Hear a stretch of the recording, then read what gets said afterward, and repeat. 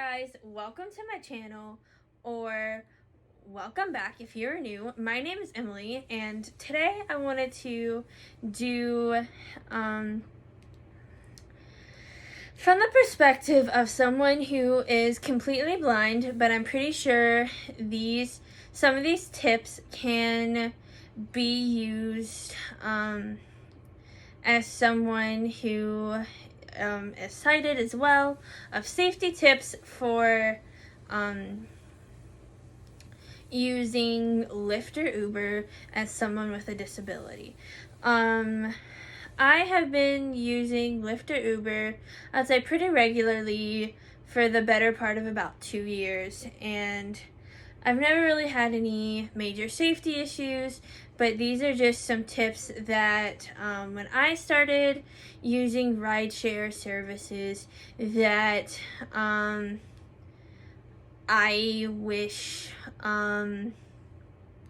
was out there, because there wasn't any really concise video.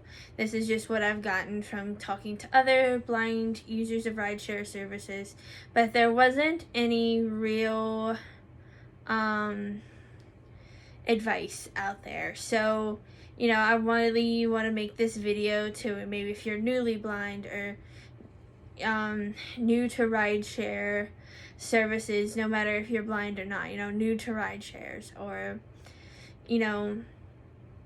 that kind of thing, because I feel like it's important to go into these situations with as much information as you possibly can. My first tip is, if you are let's say you had to go to the doctor and you need to get a ride home, get as much, sometimes you can't depending on the situation, but get as much information about where you are as you can. Either say something like, I am at the doctor's office next to McDonald's, and the sign looks like. Sending a message like that can sometimes really help a driver find you, especially if you're in like a really busy part of town. Just being able to give your Lyft or an Uber driver as much information about your exact location as you can definitely help them as far as locating you, especially if you're out at night. I've had to go to urgent cares and hospitals at night, and just giving them as much information about your location as you can will definitely save you a lot of time and stress. And then especially someone who is blind, I always say, like,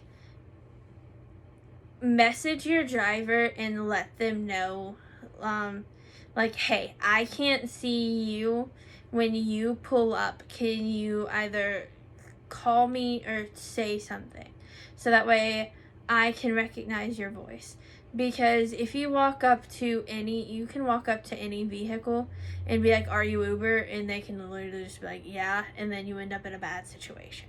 So I never walk up to a vehicle unless I can hear the driver.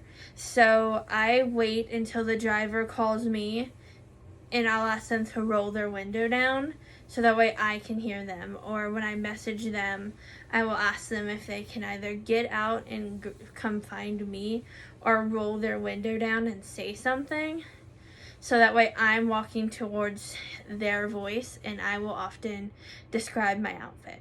Like, I am in a gray sweater, gray leggings, and black boots, and I have red hair and blue eyes. Kind of a basic description, and say, like, my cane's currently pink, and I'll say I have a pink and teal cane, because that's the colors of my cane. Kind of giving them a description of your outfit, especially if you are total like me, and waiting on them to approach you instead of you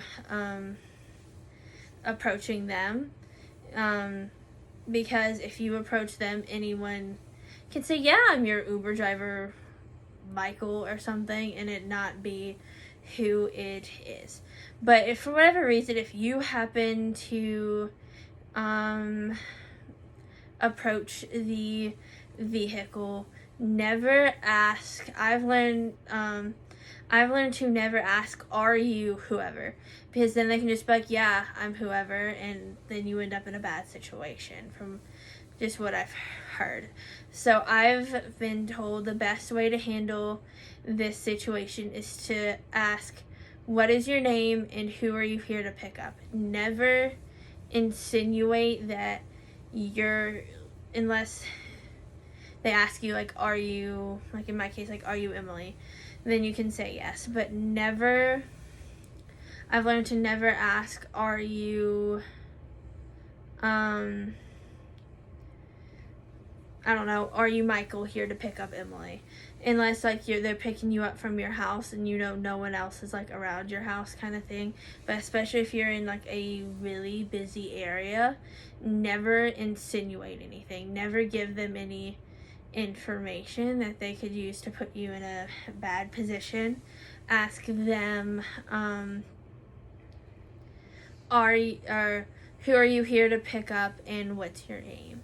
And if you're really unsure, Lyft and Uber will both tell you the license plate number of the vehicle that's supposed to be picking you up or that is picking you up. So if you're really unsure or really uncomfortable, you can ask them to read off their license plate number, and they can definitely do that.